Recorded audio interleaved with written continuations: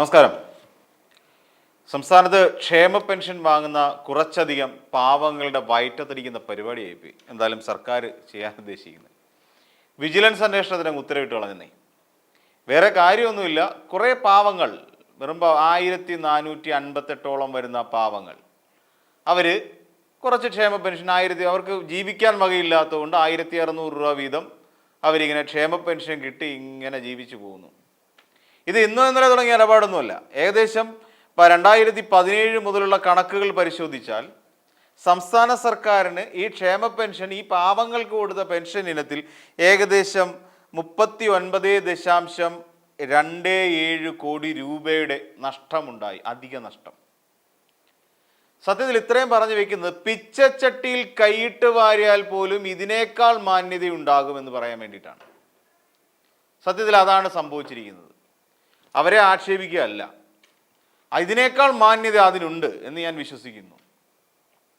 BMW കാറിൻ്റെ CC അടയ്ക്കാൻ വേണ്ടിയിട്ടാണോ സാറന്മാരെ നിങ്ങൾ ഈ സർക്കാരിനെ പറ്റിച്ച് 1600 രൂപ വീതം എടുത്തുകൊണ്ടിരുന്നത്? അപ്പം ഒരിടത്തുനിന്ന് ക്ഷേമ പെൻഷൻ വാങ്ങിക്കണമെങ്കിൽ ഇവിടുത്തെ സാധാരണക്കാരനായ ഒരാൾ കിടന്ന് നെട്ടോട്ടം ഓടണം. അവരുടെ വരുമാന സർട്ടിഫിക്കറ്റ് വേണം. വേറെ ഒരു തരത്തിലും എങ്ങൊന്നും വേറൊരു പെൻഷൻ കൈ പറ്റുന്നില്ല എന്ന് ഉള്ള ഒരു തെളിവ് വേണം. ഇതിനൊക്കെ ഈ പറയുന്ന റവന്യൂ ഉദ്യോഗസ്ഥരുടെയും അധികാരികളുടെയും ഒക്കെ മുന്നിൽ കയറി ഇറങ്ങി തിണ്ണ നിരങ്ങിയെങ്കിൽ മാത്രമേ ഇവർക്ക് ഈ ആനുകൂല്യം കിട്ടത്തുള്ളൂ. ആർക്ക്? സാധാരണക്കാരായ പാവങ്ങൾക്ക്. BMW-ലും 12,000 രൂപ സ്ക്വയർ ഫീറ്റ് വിസ്തൃതിയുള്ള വീട്ടിൽ താമസിക്കുന്ന വെറും പാവപ്പെട്ടവരായ നിരാലംബരായ ആൾക്കാർക്ക് പെട്ടെന്ന് കിട്ടും പെൻഷനൊക്കെ. അന്ന് ആലോചിച്ച് നോക്കൂ. 1458 പേര് അനർഹമായി സർക്കാരിനെ പറ്റിച്ചുകൊണ്ട് ക്ഷേമ പെൻഷൻ വാങ്ങിയെടുക്കുന്നു. ഇതിൽ സർവീസ് പെൻഷൻ വാങ്ങുന്നവരുണ്ട്, മാസശമ്പളം മേടിക്കുന്ന സർക്കാർ ഉദ്യോഗസ്ഥരുണ്ട്. ഭയങ്കര രസകരമാണ് സംഭവം. അവരെ പൂട്ടാൻ വേണ്ടി തന്നെയാണ് സംസ്ഥാന സർക്കാർ തീരുമാനിക്കുകയും KN ബാലഗോപാൽ കൃത്യമായ നിർദ്ദേശം പറഞ്ഞിട്ടുണ്ട്. ഇവരെ ഒന്നും വെറുതെ വിടത്തില്ല. ഇത്രയും കാലം ജനവഞ്ചന നടത്തുകയും തെറ്റായ വിവരങ്ങൾ നൽകുകയും ചെയ്ത ഈ ആൾക്കാർക്കെതിരെ ശക്തമായ നടപടി ഉണ്ടാകുമെന്ന് തന്നെയാണ് പറഞ്ഞിരിക്കുന്നത്. ഇപ്പം മുസ്ലിം ലീഗ് ഭരിക്കുന്ന മലപ്പുറം ജില്ലയിലെ കോട്ടയ്ക്കൽ നഗരസഭയിലേക്കൊന്ന് പോയി നോക്കാം. അവിടെ 7-ാം വാർഡിൽ 42 പേര് ക്ഷേമ പെൻഷൻ വാങ്ങിക്കുന്നുണ്ട്. ചെറുതല്ല, 42 പേര് 7-ാം വാർഡിൽ. ആ 42 പേരിൽ നമ്മളൊന്ന് പരിശോധിച്ചാൽ 38 പേരും അനർഹരാണ്. അതായത് പലർക്കും വലിയ വീടുണ്ട്, ആ വീട്ടിൽ AC ഉണ്ട്, BMW പോലുള്ള ആഡംബര വാഹനങ്ങളുണ്ട്. ഇവർക്കൊക്കെ മാസം 1600 രൂപ സർക്കാരിനെ പറ്റിച്ച് കീശയിലിട്ടാൽ മാത്രമേ മനസ്സമാധാനം വരുത്തുള്ളൂ പോലും. എന്തൊക്കെയായിരിക്കും ഇതിനകത്ത് ചെയ്യേണ്ടത്? ഇതിനകത്ത് സത്യത്തിൽ എവിടെയാണ് പിശക്? അതായത് ക്ഷേമ പെൻഷന് യോഗ്യരായവരെ കണ്ടെത്താനുള്ള ഉത്തരവാദിത്വം, അല്ലെങ്കിൽ ഇവർക്കൊക്കെ ക്ഷേമ പെൻഷൻ കിട്ടാൻ അർഹരാണ് എന്ന് ചൂണ്ടിക്കാണിക്കേണ്ട തദ്ദേശ സ്വയംഭരണ വകുപ്പുകളാണ്.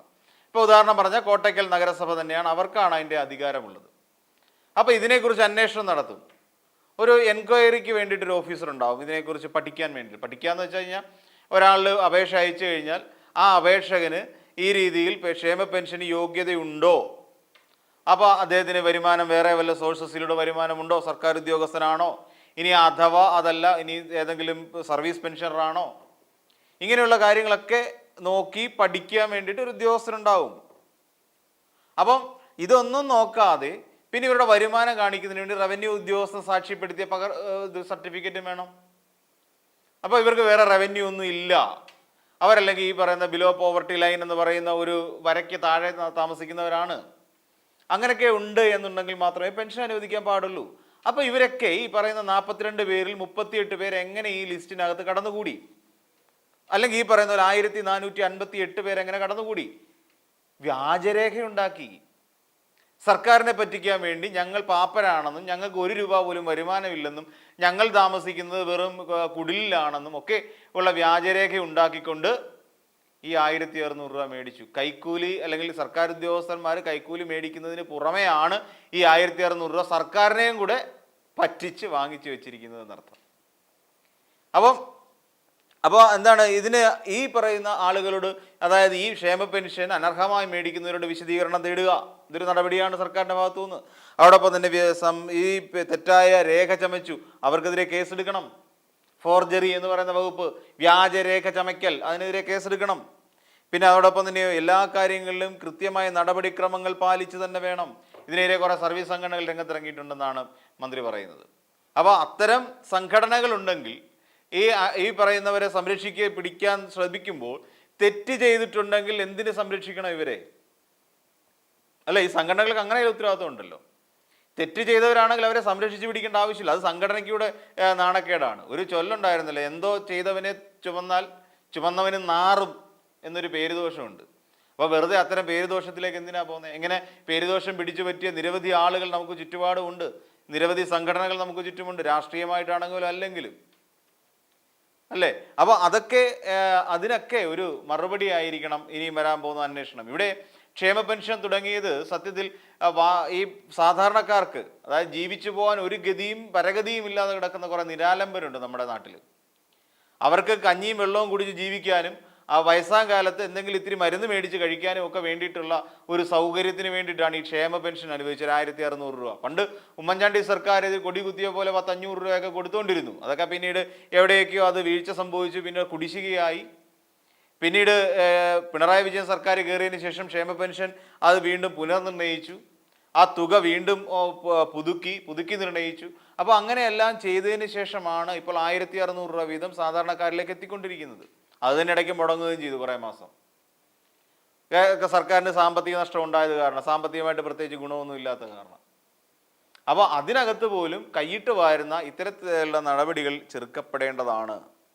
അപ്പം ഇവർക്കെതിരെല്ലാം ഈ പറയുന്ന റവന്യൂ ഉദ്യോഗസ്ഥരുണ്ട്, പിന്നെ ഒന്നാലോചിച്ച് അന്വേഷണം നടത്തിയ ആളുണ്ട്, വരുമാന സർട്ടിഫിക്കറ്റ് ഇഷ്യൂ ചെയ്ത റവന്യൂ ഉദ്യോഗസ്ഥനുണ്ട്, പിന്നെ അതോടൊപ്പം ഈ പെൻഷൻ അനുവദിച്ച ഉദ്യോഗസ്ഥനുണ്ട്.